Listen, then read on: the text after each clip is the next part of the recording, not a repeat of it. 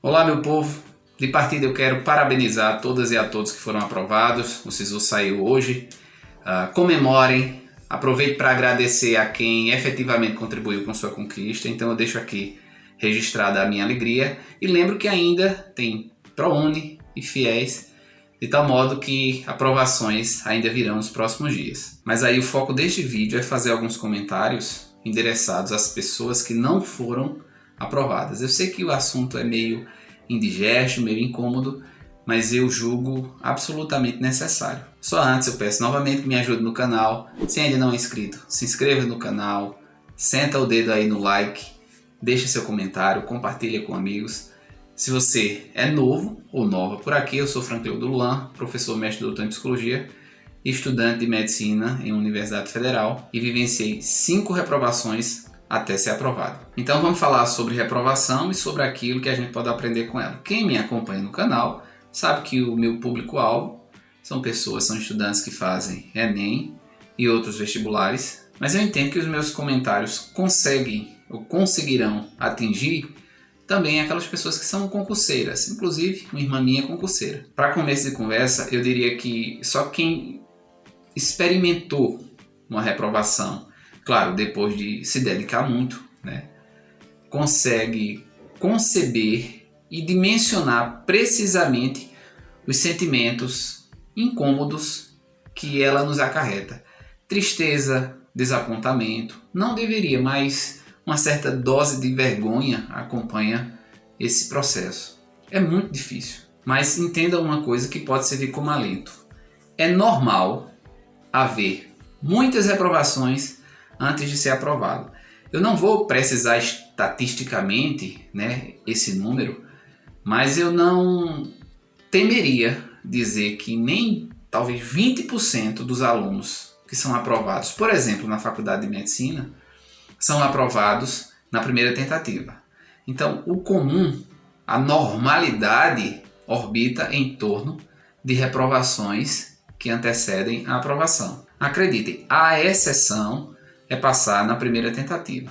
Então eu penso que ter a consciência de que as reprovações fazem parte da jornada de um estudante, queira ele ou não, goste ele ou não, ter essa consciência é fundamental para que a gente consiga moderar as nossas expectativas, trazer realismo para o processo, colocar racionalidade no jogo.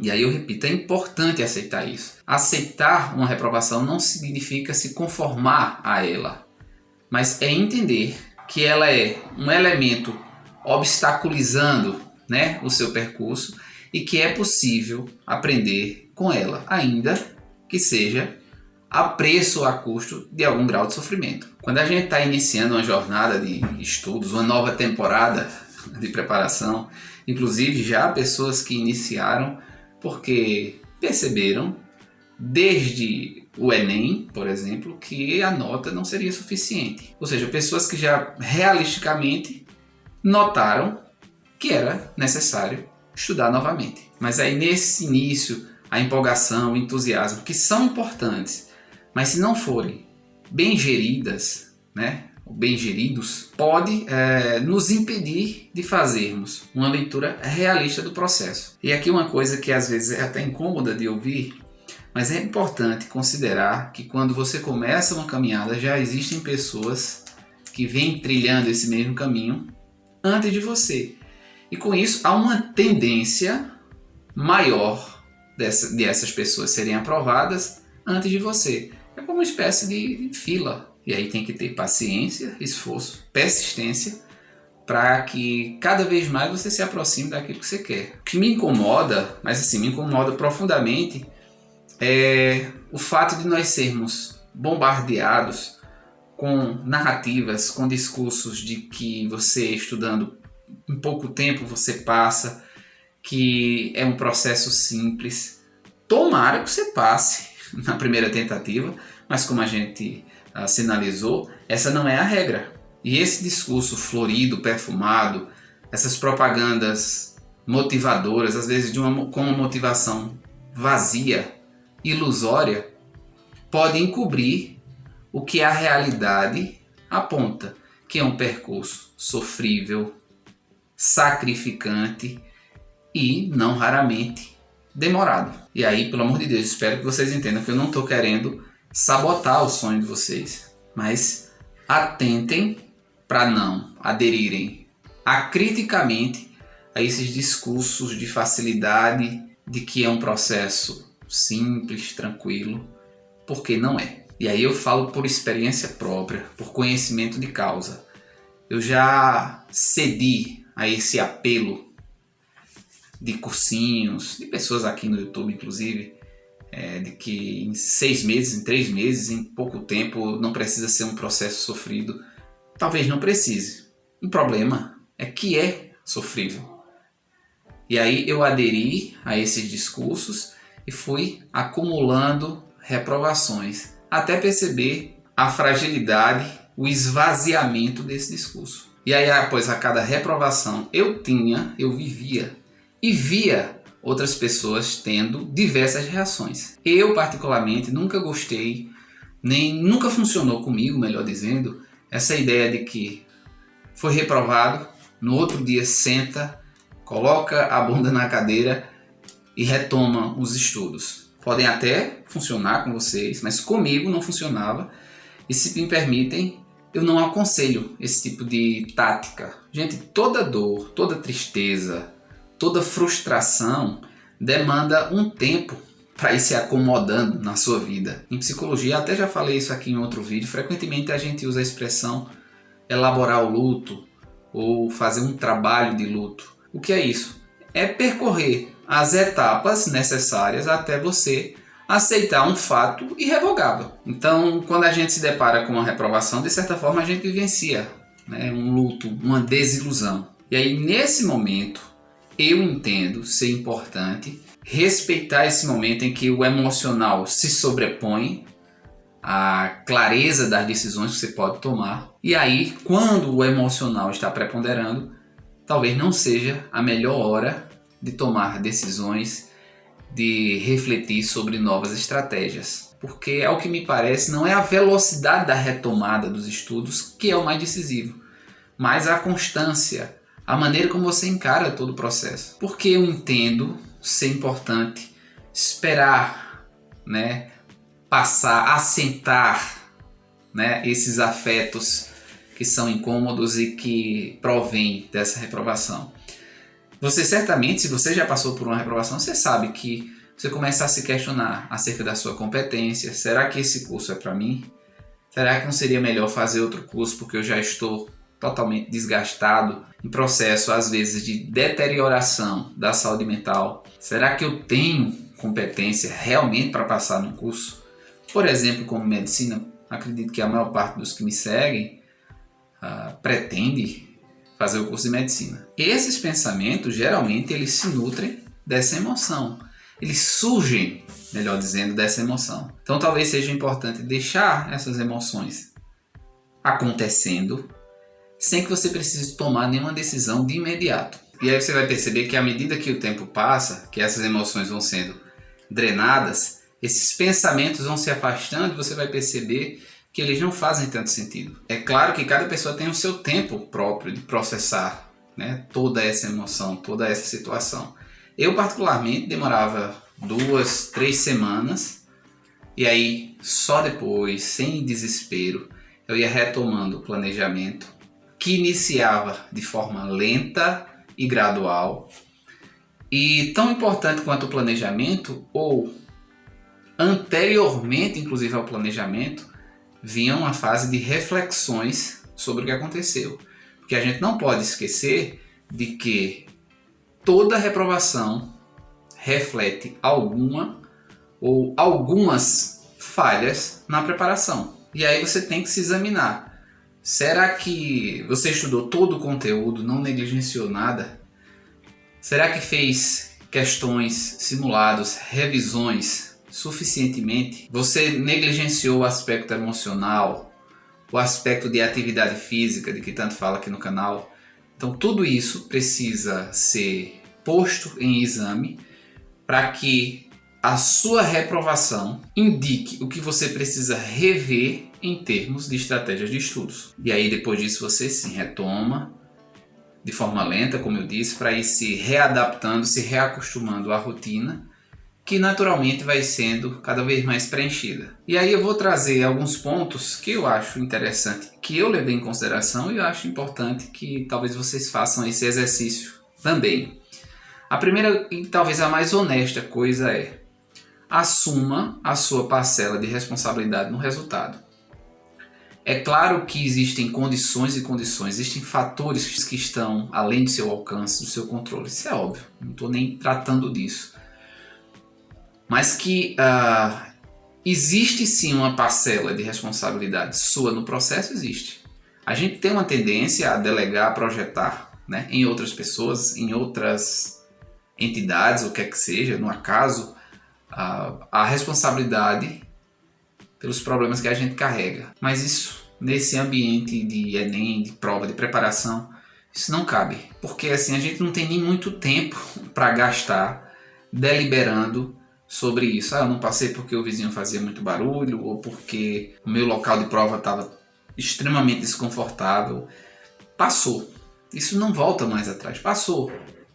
Você já foi reprovado. Por mais que seja importante, né, analisar as condições, ficar apontando eventuais culpados pela sua reprovação não vai fazer você evoluir. A gente precisa gastar energia, a gente precisa se focar naquilo que pode ser feito para que a gente não cometa os mesmos erros. O segundo ponto é: faça essa reflexão de se você realmente estava preparado para ser aprovado no último ano. Porque não me parece fazer nem muito sentido você estar frustrado, triste, desapontado se você não se dedicou como necessário. E aí eu refaço as perguntas. Estudou tudo, fez muitos simulados, fez muitas listas, fez revisões frequentemente. Porque se você não fez uma dessas coisas, eu sinto informar que você não estava preparado. Ou melhor dizendo, você não estava competitivamente apto para ser aprovado. Um outro ponto, o método ou os métodos que você usava são realmente eficientes para você, para a sua condição? O que me incomoda é saber que tem pessoas que estão há 3, 4 anos, eu passei 5 anos estudando, né? E que reprova e no ano seguinte começa a preparação utilizando os mesmíssimos métodos, o mesmo material, repetindo as mesmas estratégias. Sobretudo se você já vem, né, nessa luta há muito tempo, é necessário experimentar, arriscar estratégias novas.